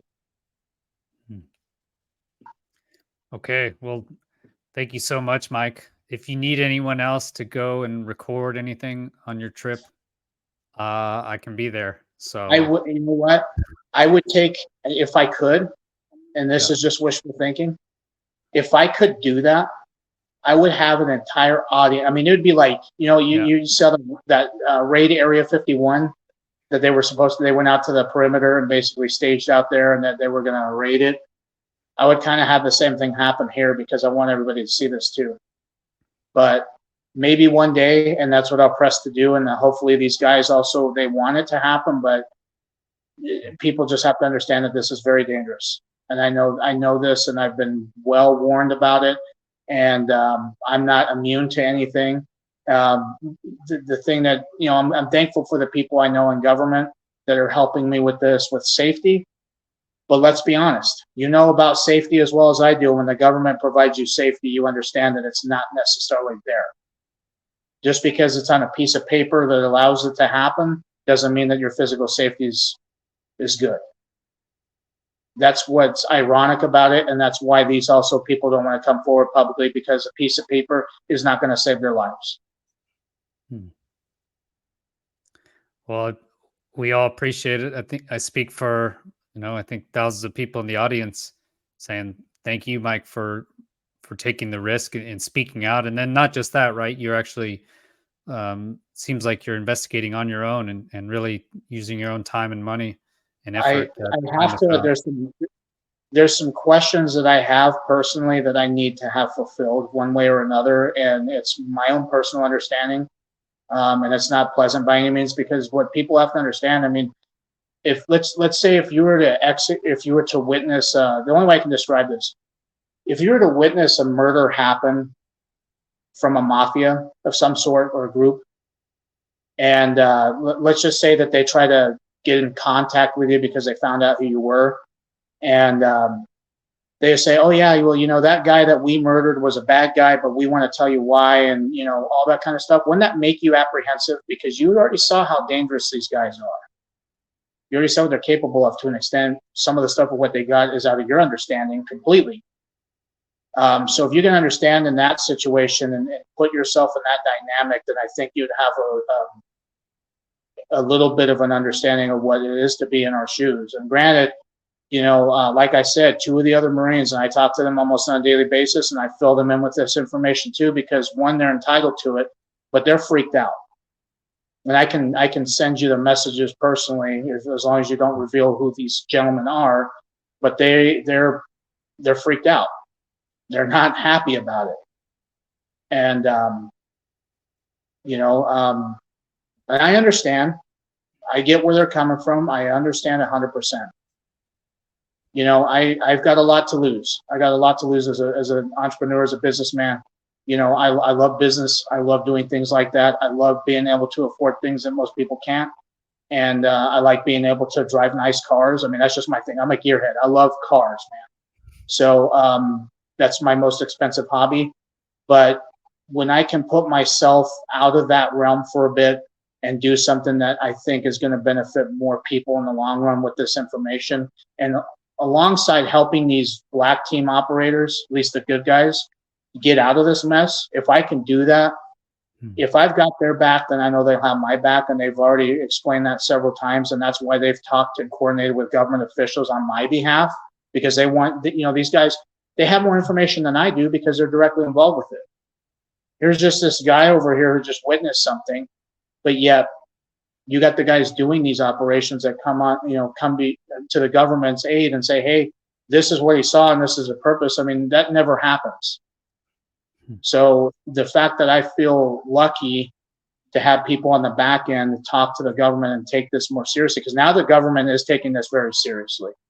I mean, I've had people notify me all the way up from the former IGIC even, who was going to represent me in certain terms with this, but then that ended up getting subsided because it's more of a criminal matter compared to what Grush is dealing with. And so I have him at my disposal, the former IGIC. I have the assistant IGIC also wanting to look into this too, because now they need to know. But now that I think they've been talked to an extent, it's provided them some understanding. Does it mean that it's right? Not necessarily. I don't like the fact that people are losing their lives to this kind of stuff, because I think if it comes out in a approach where the government has oversight of it, then I think there's some they can do things safely that people aren't losing their lives for this. And I think that this has the ability to do that if there is the proper oversight. Not only that, but now you don't have to hide funding from this, because it just goes into the black budget where certain people know about it, instead of an illegal budget that's being basically siphoned out of the black budget with embezzlement. That's what they do. And these guys told me flat out that that's what they do, that they embezzle funds, and that's how they take care of their families. I get it. But this is such a mess, and it's so complex. It's mind-boggling. Even for myself, there's days where I'm just like, it's a lot. It's on top of business, on top of dealing things personal in my life with that, on top of this stuff that everybody's learning into. I mean, my life's just It's nonstop. So I'm going to keep pressing forward until I can get my personal questions answered. And then if I can do that and help out people in the same understanding that, hey, you know, if I can blow the lid on this and get these people out and we can all approach this together and come out of public sense, maybe that's just wishful thinking, you know, then this stuff people don't have to die for it. That's all I'm concerned with, is just people being murdered and killed for it. Okay, well, it sounds like your efforts are having some positive traction. You know, 2024 sounds like an amazing year. We got the new law coming. Lou Elizondo, he's made some quotes, Twitter quotes. Yeah, it sounds like 2024 is going to be awesome. So thanks for all your efforts, Mike. Thanks for all you've done. And yeah, we'll definitely have to have you back on, or at least hear what happens at that site. Very exciting. Well, you know, you and I are only a phone call away, you know, so if there's anything I learn, you're damn right I'm going to relay it to you too. And, awesome. you know, because I mean, you're a big proponent with this. You know, there's people I interviewed who feel very, very thankful that I'm talking to them, and they shouldn't. I'm a normal person. And that's how I see this. I'm just a normal person wrapped up in a very complex web of things, right? I don't talk to mainstream media because of what they do. They misconstrue everything, they use it against you. They do whatever they can to fulfill their obligations to themselves. And here's the other thing that I'm going to say this, and this is probably what is most shocking. Since this black team has came out in existence in 1947 under the National Securities Act, people have to understand that these guys are embedded everywhere. They're embedded in the government. They're embedded in media. They're embedded in show business. They're embedded as entrepreneurs in federal agencies, local law enforcement, everything that you can think of. There are members of this organization, a part of that. And this organization is not in the aspect of just this ET stuff. This is more of the quote unquote shadow government that people keep hearing about. That's what this is. And this is a very, very big monster that is more powerful than our government. I hate to say it, but they are. They got stuff that I know for a fact would run circles around a B-21 Raider, an F-22, an F-35, an F-117, or a B-2. Even the most advanced weapon systems on ships, for example, or aircraft carriers can't even take this stuff down. Satellite systems can. So people have to understand that if they have this kind of resources to do this, and they're also embedded into the government, people need to understand how big this actually is. And they have to understand why this is very delicate. Now, the beautiful part about it is it's relatively small, because most of the people that are doing the groundwork, so to say, or the grunts for the matter, right? Well, those are people being misled. So if they keep hearing, and they have been hearing, that this is illegal, what they're doing, and they're very patriotic people to begin with because they're in the military to an extent. I mean, Chris, if you had something like this going on where you were kidnapping innocent people and they were getting murdered, you know, not directly by you, but you were the one facilitating that, and then you come to find out it's illegal, wouldn't you want to put a stop to that too? Well, does it stop my paycheck? I mean, That's it's all related. I mean, yes, it is. you know, and if it's since this is going back to 1947, you know, that could play into why and how the US was able to maintain superiority. You know, it goes back to, you don't want to know the answers. Maybe you don't Yeah. want to know why we have the greatest military on the planet. You know, maybe you don't want to ask that question. Well, let's just say that there's been a lot of very horrible things that have happened throughout history to make that happen. But the same token, it's kind of more of a placebo effect, because the military is not the strongest. This black organization is the strongest, but they're not in the United States. This is a global thing. They have bases all over the world. In Middle East, they have in China, and you know, everywhere that you know. A lot. I don't know per se exactly. There's only been some speculation because Dr. Greer's list that he's put out, and of course the resources I have, they're only confined to certain parts of this country.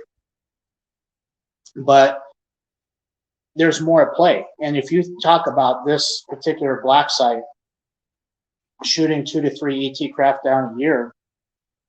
And there's other black sites like this all over the world.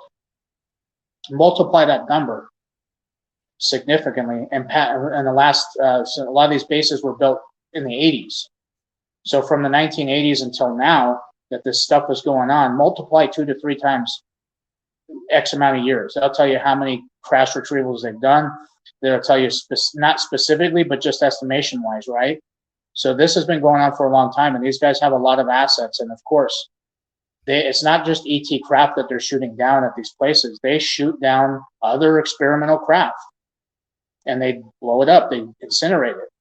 And the unfortunate thing, and this is kind of the thing that makes me a little bit pissed off, and because I know that this is going on, because I've been told about this, and because I've been told about something, I'm in knowledge of it. I have to do something about it, and that's what we're doing right now. Is that these guys, they don't put a 24/7 TFR, and TFR basically is a restricted airspace, right?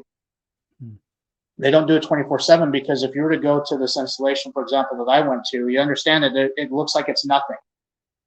It's in the middle of nowhere, right? So if you were to fly out there and see that there's nothing out there, but why is there an airspace restricted? Then that starts to get people's curiosities going. They start to want to try to dive in and look at things, right? Especially if you know something, experienced pilots for that matter. There's been instances where these EMP weapon systems they've used to target these ET craft have also hit off in a distance because it goes at a wave, some of them, and it's hit civilian aircraft. And they go and retrieve that wreckage, and they incinerate the wreckage, and they incinerate the bodies, and they put a missing persons report out. And there's also instances, not a lot of the time, but it's still yearly, where these people fly in these restricted areas and they get shot down by these EMPs. And these are people that are flying private aircraft. There is some, flights going over this base that are, jet airliners or 747s or, Airbuses, but they don't target those because obviously if those get hit, then you know what kind of ramification that'll have. That'll get everybody's attention if a jet airliner was shot down carrying, a couple hundred people, if that is the case. So when I heard about that, that was kind of very unsettling because it shows that these guys are hell-bent on keeping their secrets. And innocent people are being killed because they're flying in where they shouldn't be, and I don't know why they are. But now that I'm in knowledge of it, and there's other people in the government who do, there's something being done about it right now on a legal sense. Because Excellent. it's murder. It's flat out murder. If I was to take a Cessna out to one of these locations, just enjoying a flight, maybe you got your family with you, and all of a sudden you get hit with something, and it just makes you drop out of the sky, and you're dead. I mean, that's a reality that some people have faced. And then all of a sudden, nobody knows where you went because you have an organization that is covering it up, and they're disposing the wreckage, and they're disposing the corpses, and they're putting a missing persons report out. So right now, our job with this is we're trying to coordinate between the TFRs, the times that they've also illustrated where they had missing persons report or flights that have went missing in these areas. And that's how we can pinpoint when it's happened and the duration that these people have been dead for, because there's family members that need this explanation to happen. And it sucks to imagine how that would go over if they understood that there's an organization that killed their family members and kept it secret for years. That wouldn't sit too well with me.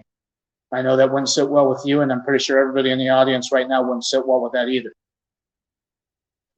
And it's very real. So when I heard about that, it made me realize how diabolical these people are even more to an extent.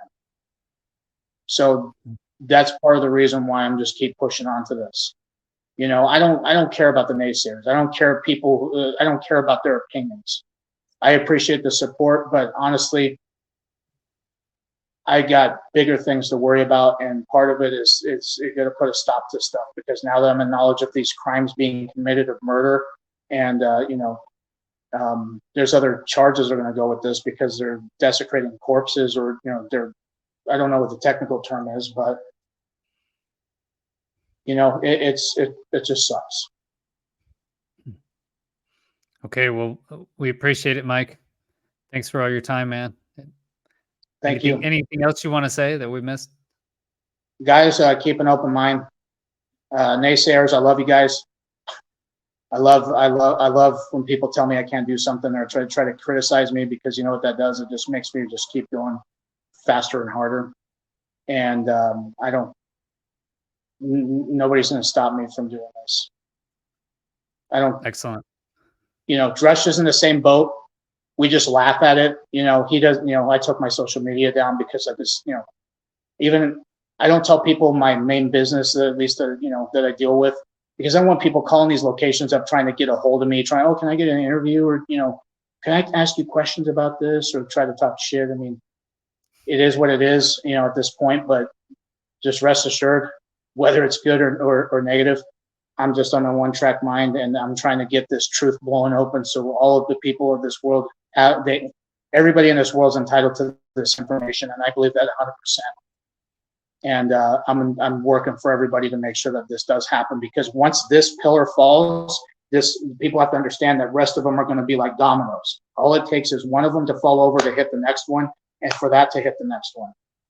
And, Grush is doing things behind the scenes with some other people that I know who are also whistleblowers, not in the public sense, but we're all working together on this. So we're all of our stories, all of our experiences, all of our knowledge is now connecting these dots, and it's making this big picture. And I guess I'm just trying to find knowledge for humanity and for myself. And rest assured that I'm not going to give up. Excellent. What'd you think of that interview? I mean, unbelievable, amazing stuff. Let me know in the comments what you guys think. I think he's so credible. I've been working with him for a few months now, and I think he just seems like an honest Marine. I've actually never met a Marine I didn't like, to be honest. They all just seem like the people you wanted to come find you on your side when you're in trouble. Yeah, so that's what I thought about Marines. He seems like just an honest Marine, and I thank him for trusting me and coming out with all this information. It's either going to come out true next year, or he'll be shown as some sort of fraud or delusional person. I just don't get that feeling. But obviously, I think we need to keep an open mind on all aspects, and this is a lot to digest. Don't forget to check out part 1, and then it's free to like and subscribe. So if you do like this, please like it. If you can share this information as well, that does really help the channel. And I do this all with no sponsorships. It's only from you guys. So if you want to support the channel and get exclusive backstage content, you can go to patreon.com/Chris Lehto or become a YouTube member now. I'm putting additional content on both of these. But again, my main content is going to be free. Okay, so it's about transparency. It's just, if you want to support the channel and help me make the content even better. Thanks again. Have a great day. Peace.